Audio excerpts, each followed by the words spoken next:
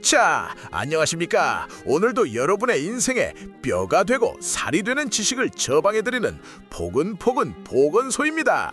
오늘은 제가 개인적으로 전 인류에게 가장 실용적이라고 생각하는 주제를 가져왔습니다. 바로 손자병법입니다. 아니 소장님, 전쟁터에서나 쓰는 병법서를 왜 지금 우리한테 알려주세요? 라고 하실 수도 있겠지만 천만의 말씀, 빌 게이츠나 손정혜 같은 세계적인 부호들이 인생책으로 꼽는 게 바로 이 책입니다. 왜냐?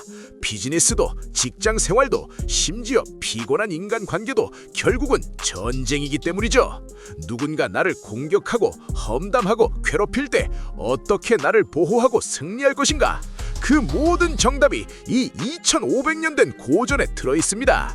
자, 그럼 여러분을 인생의 전략가로 만들어 드릴 테니까 채널 고정하시고 끝까지 집중해주세요.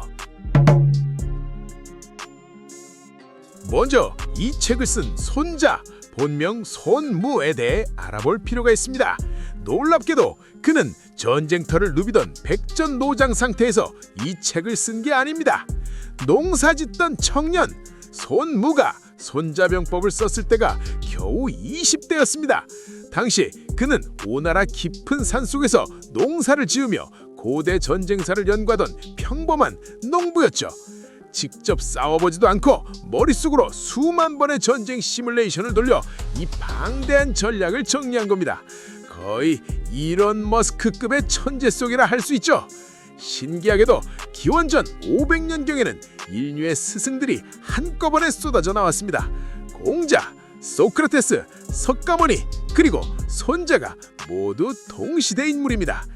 이후 32세 왕에게 발탁되어 오나라를 무적의 국가로 만들었지만 왕이 교만해지자 미련 없이 다시 산으로 돌아가 농사를 지으며 생을 마감했습니다.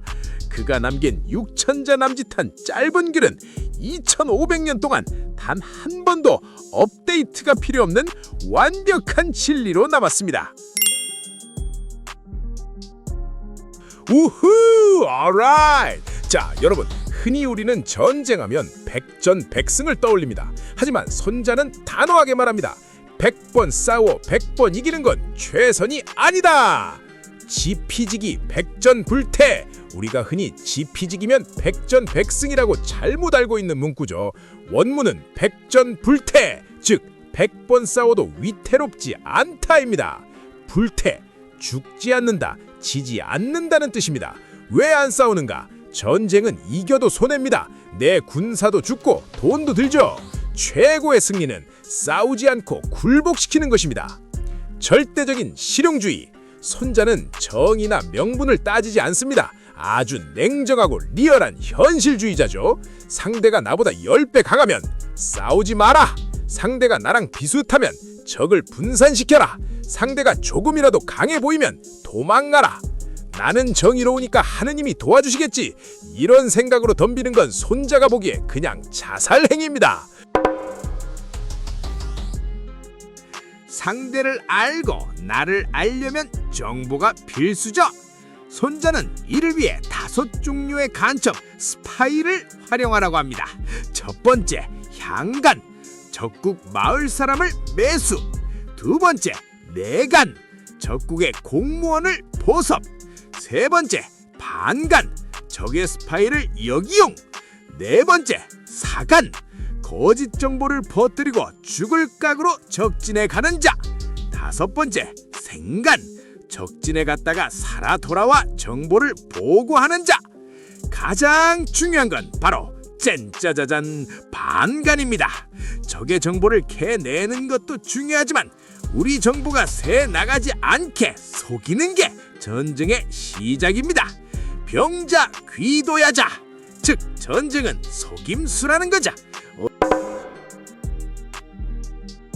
전투가 시작되면 어떻게 움직여야 할까요?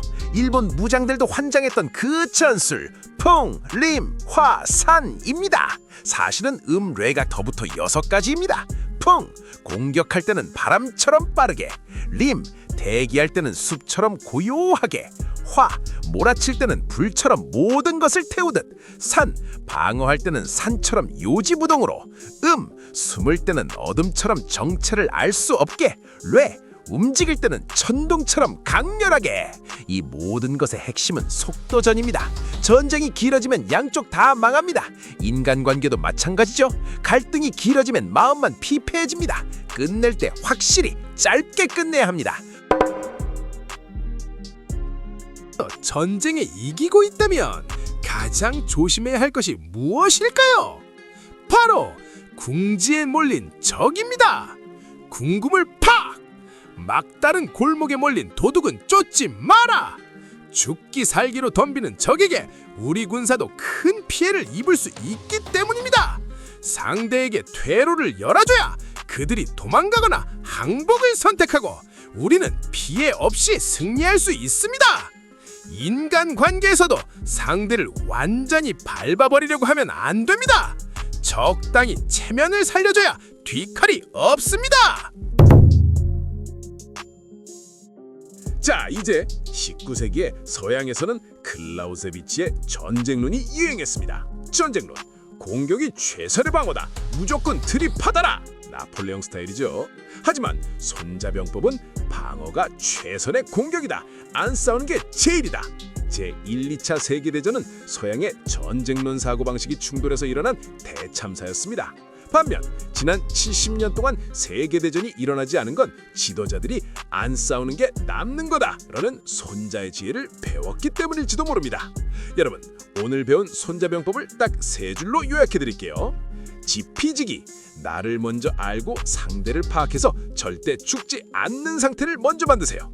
불전승, 싸우지 않고 이기는 법, 대화, 협상, 환경 조성을 고민하세요. 속전속결, 싸워야 한다면 감정을 싣지 말고 가장 약한 곳을 노려 바르게 끝내세요. 남을 괴롭히기 위해서가 아니라 나를 지키기 위해 이 책을 읽으셨으면 좋겠습니다. 이 험난한 세상에서 여러분 모두가 무너지지 않는 요새 같은 전략가가 되길 응원합니다. 오늘 영상이 도움이 되셨다면 구독과 좋아요 꾹 눌러주시고요. 다음에도 여러분의 인생 고민을 해결해줄 지식 비타민 들고 찾아오겠습니다. 끝!